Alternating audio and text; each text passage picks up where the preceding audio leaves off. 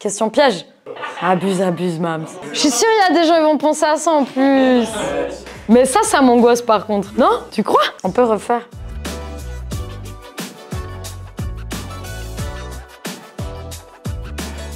Moi, c'est Psycho. J'ai commencé en 2009 à Neptune, à Vevey. C'était une école hip-hop, enfin, il y avait plein de styles différents. Et puis, j'ai commencé avec Rumble en chorégraphie. J'ai fait 2 ans là-bas de choré, puis en même temps, il y avait une autre école que j'entendais parler beaucoup, qui fusait à cette époque-là, qui faisait beaucoup de bruit, c'était Cas Unique, que Mams et Joe Rémy ont ouvert, je crois que c'était en 2007 ou 2006, quelque chose comme ça. Je voulais aller dans cette école, mais j'avais un peu peur et tout. Je me suis dit, vas-y, je commence d'abord à Neptune. J'ai fait 2 ans du coup, puis j'ai été à Cas Unique. Et j'ai commencé la danse en fait à la base parce que j'avais des potes. C'était mon petit groupe de potes à l'école. On était genre 3-4 filles. Et elle faisait déjà de la danse, elle faisait de la chorégraphie aussi, elle faisait grave des spectacles et tout, des concours chorégraphiques et tout. Et moi je voyais, ça me donnait trop envie, tout ça, machin. Et du coup, un jour j'ai décidé de m'inscrire. Mon art en 3 mots, authentique, logique et puis esthétique. Et pourquoi? Moi dans mon art, je vais toujours m'écouter, première chose. C'est-à-dire où que je sois, quoi que je fasse, je vais toujours ressentir ce que je fais et je vais toujours essayer de retranscrire mes émotions en soi. Quand je dis logique, c'est parce que j'ai une danse qui est assez logique. Tout est suivi. En général, j'ai une danse qui est très naturelle. Souvent, mes mouvements, ils vont se suivre automatiquement dans la logique, dans mon corps, de ce que je ressens. Et d'où justement l'esthétisme aussi qui va avec, je pense. Voilà, j'ai une danse assez simple, mais qui se lie beaucoup. Mes principales aspirations, c'est mon entourage depuis le tout début. Quand je partage des moments avec ma team, avec Studio Les Arts, avec tout le monde, moi c'est surtout ça qui m'inspire. Et puis même hors de la danse, c'est l'énergie qu'il y a entre nous, de vous voir danser, moi ça m'inspire énormément. C'est mon Big Mams qui m'inspire beaucoup, enfin qui m'a toujours inspirée. C'est aussi un peu bateau, je m'inspire vraiment de toute danse, de toute personne. Je vais toujours trouver quelque chose qui va m'inspirer et qui va m'apporter.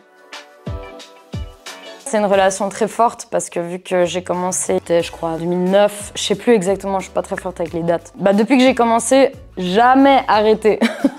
Donc comment dire que voilà, c'est une relation que j'ai qui est très forte. Pour moi, c'est ma base. Depuis le début, ça a tellement évolué, puis j'ai évolué avec. Et en fait, c'est là que j'ai tout appris. Vraiment, c'est là que j'ai tout appris. C'est grâce à ça que j'en suis arrivée là où j'en suis aujourd'hui. Ce que ça représente pour moi, je crois que, enfin, je l'ai dit quoi. C'est une grosse partie de mon évolution dans ma danse que j'ai réussi à acquérir jusqu'à aujourd'hui. C'est plus qu'un studio, c'est plus qu'une école de danse. C'est une famille,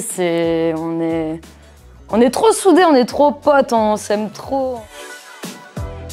Moi, le premier truc qui me vient là, c'est au-delà des préjugés l'année passée. Enfin, en fait, c'est drôle parce que c'était les deux. Donc celui de l'année passée, celui de l'année d'avant, 2022-2023. 2023, surtout je dirais, c'était en finale contre Paradox. En fait, j'ai dansé contre lui et je crois que jusqu'à ce jour-là, j'étais jamais vraiment tombée contre quelqu'un qui m'inspirait réellement. Et puis là, de danser contre lui, je sais pas, j'ai eu comme un genre de déclic dans ma tête. Un déclic en mode, ok, là, c'est plus pour rire en fait. Là, c'est vraiment, faut que j'y aille, faut que j'arrête de chiller, machin et tout. Maintenant, c'est sérieux et il faut que je commence à justement me concentrer beaucoup plus et prendre beaucoup plus au sérieux.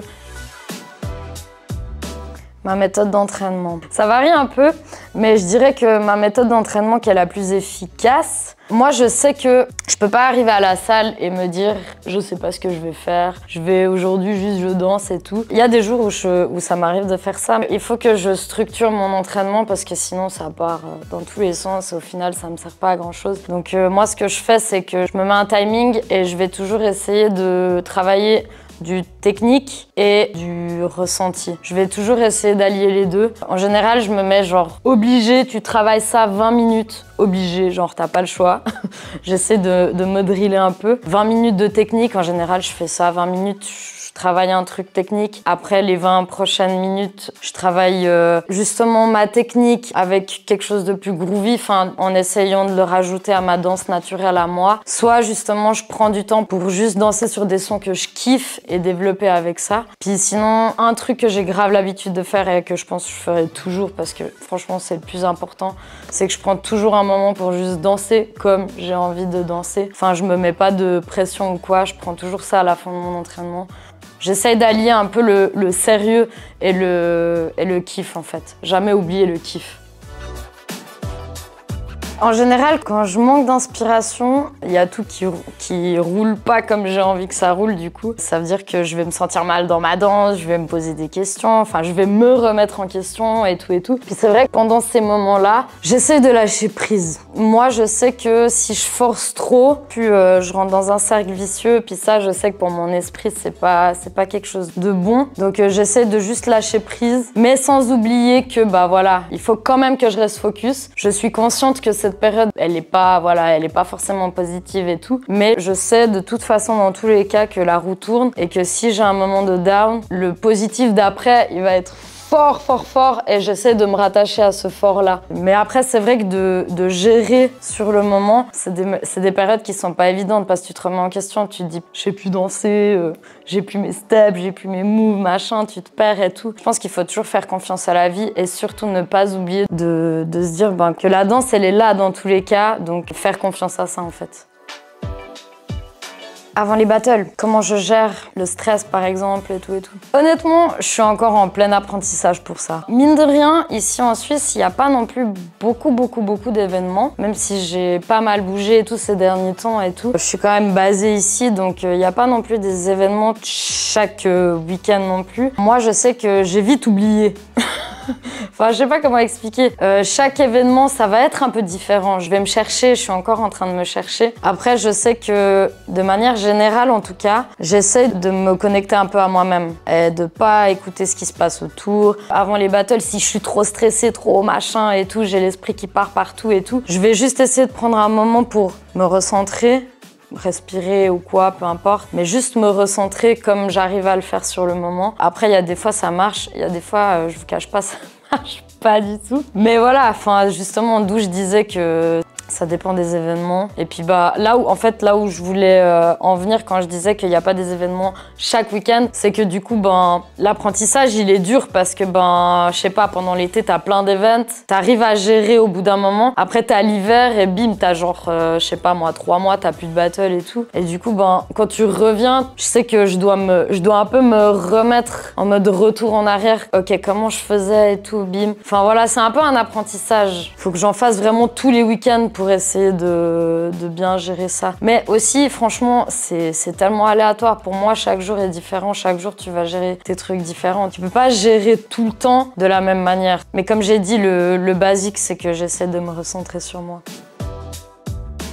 La scène hip-hop en Suisse est majoritairement dominée par les hommes. Oui, c'est vrai. Mais en vrai de vrai, là, ça arrive. Là, je sens, là, il y a un genre de vague là qui arrive où les filles, ça commence à arriver gentiment et tout, je le vois. Comment je gère, comment j'essaie de me distinguer par rapport à ça. En fait, moi, je me suis jamais trop posé la question. Ça m'a jamais vraiment fait peur, entre guillemets. Je sais pas comment dire. Je me suis jamais dit, je suis une meuf, donc peut-être que, ouais, ça m'a jamais vraiment influencée, en fait. Je sais pas comment dire. Depuis que je suis plus jeune, en tout cas, j'ai un peu toujours traîné avec les garçons et tout quand j'étais petite. Enfin, voilà, genre, j'ai toujours été assez bien entourée. À ce niveau-là, j'ai jamais vraiment eu peur de me confronter à la jante masculine, en fait. Enfin, c'est pas quelque chose qui m'a vraiment trop poser problème. Et du coup, je pense que c'est assez naturel chez moi. Je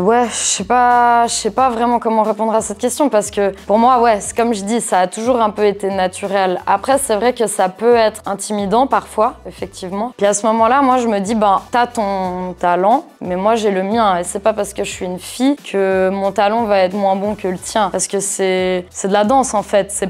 On n'est pas dans un concours de catch ou j'en sais rien. Enfin, je sais pas comment expliquer, genre, je sais pas, c'est de la danse, c'est physique, enfin, c'est esthétique, c'est... Après, bien sûr, il y a l'aspect compétitif, absolument. Et puis ça, je pense que toutes les filles l'ont aussi. Il va juste être différent. Les méthodes vont être différentes, oui. Mais nous, on a un truc que je pense que chez les hommes, qui a moins, nous, on a aussi beaucoup plus ce truc qui va être beaucoup plus émotionnel, qui va prendre beaucoup plus les émotions. Et je pense que c'est ça notre force. Je pense qu'on est moins dans la performance, mais plus dans ce qu'on ressent. Et du coup, je pense que l'émotion, ça peut aussi prendre le dessus, en fait. Après, je dis pas que les garçons n'ont pas d'émotions, hein, pas du tout. Mais voilà, sur le terrain, c'est aussi l'ego beaucoup qui prime. Nous, on va jouer beaucoup plus sur nos émotions, je pense. Puis voilà, moi, je prends toujours ça comme force pour moi. Je sais que moi, ma danse, elle va être basée sur ce que je vais ressentir sur le moment. Comment je me situe dans la scène hip-hop suisse actuellement? Je pense que gentiment, je prends ma place. Je pense que gentiment, j'arrive à intégrer ma place au milieu de tous les acteurs du hip-hop en Suisse. Je pense que j'ai encore beaucoup à faire parce que là, je suis en plein dedans. Faut que je continue à bouger aussi pour pouvoir mettre le drapeau par-ci, par-là et tout aussi, histoire que ici, on voit que ça bouge et que justement à l'étranger, on voit aussi qu'en Suisse, il se passe quelque chose. Et je pense que j'ai un certain rôle à jouer aussi là-dedans. Et puis moi, je suis prête à continuer pour représenter la Suisse, quoi, autant que je peux. Et puis comme je disais, je pense que je suis encore dans le chemin pour y arriver, mais ça va venir.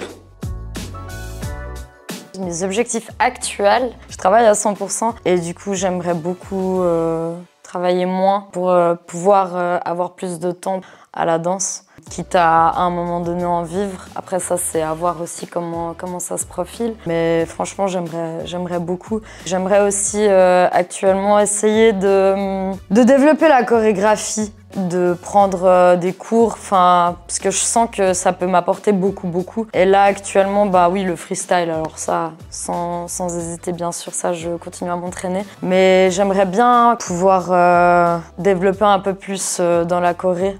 Aussi pour apporter à mon freestyle, en fait, hein, mais aussi pour pouvoir être à l'aise dans ce milieu-là, histoire d'ouvrir un petit peu plus mes horizons. Moi, je dis la chorégraphie, mais même, voilà, je vais essayer de m'ouvrir à d'autres horizons aussi pour nourrir mon freestyle. Et puis, où je me vois dans quelques années. Je me vois vivre de ça en vrai, je me vois vivre de ça.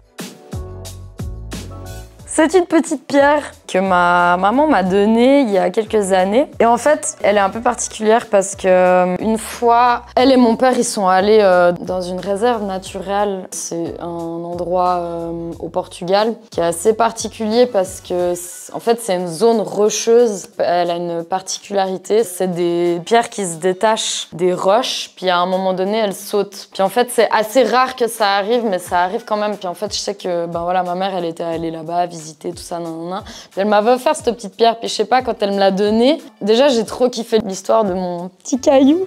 Du coup voilà, elle me l'a donnée et puis depuis en fait je l'ai jamais lâchée, je l'ai toujours avec moi quand je pars en événement et tout, elle est toujours là. En vrai, il y a personne qui sait ça, mais elle est toujours dans ma petite poche.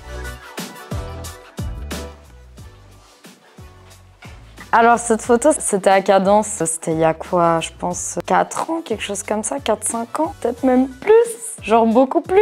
Ce qu'elle m'évoque cette photo, franchement, en fait on a eu une grande période du coup avec tout le studio. Pendant plusieurs années, on allait dans une grande salle à Montreux, c'était une salle énorme, il y avait genre un skatepark à côté et tout, puis franchement, tous nos vendredis, 19h à la salle, on sortait à des 3-4 heures chaque semaine. Je pense que c'est une période qui m'a beaucoup apporté. On commençait par le cours et après c'était session, puis on passait des heures à danser Juste on se mettait en cercle comme ça, on s'asseyait par terre et on dansait chacun notre tour, on prenait des sons de 10 minutes s'il fallait, mais on se regardait et on s'inspirait les uns les autres. Et franchement, ça c'était une période. Hein.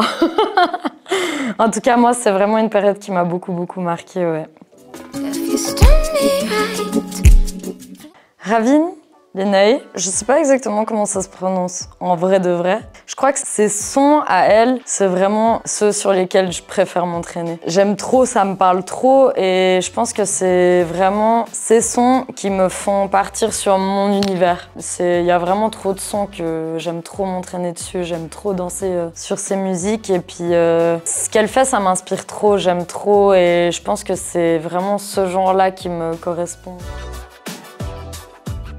Alors, on dit que la Suisse, historiquement, n'a pas fait grand-chose dans le game, dans le hip-hop. Moi, je pense que juste les gens, ils voient pas et ils n'ont pas envie de voir. Ici, il se passe des choses, mais juste, on l'exprime pas assez, peut-être. Ça, c'est peut-être possible. Mais ici, il se passe des choses. Ici, il y a trop de talent. Ici, il y a trop de talent. Et je pense aussi qu'on est beaucoup trop authentique en Suisse. Et on est tous différents et on a tous un style qui est complètement différent. Et c'est ça qui est ouf ici, en fait. On n'est peut-être pas la communauté qui voyage le plus. Ça, c'est fort possible et c'est aussi peut-être pour ça que les gens ne voient pas ce qu'on fait, entre guillemets. Parce qu'aussi, on est peut-être moins à le montrer. Mais si vous venez ici et si vous allez aux bons endroits, vous allez voir par vous-même, je pense.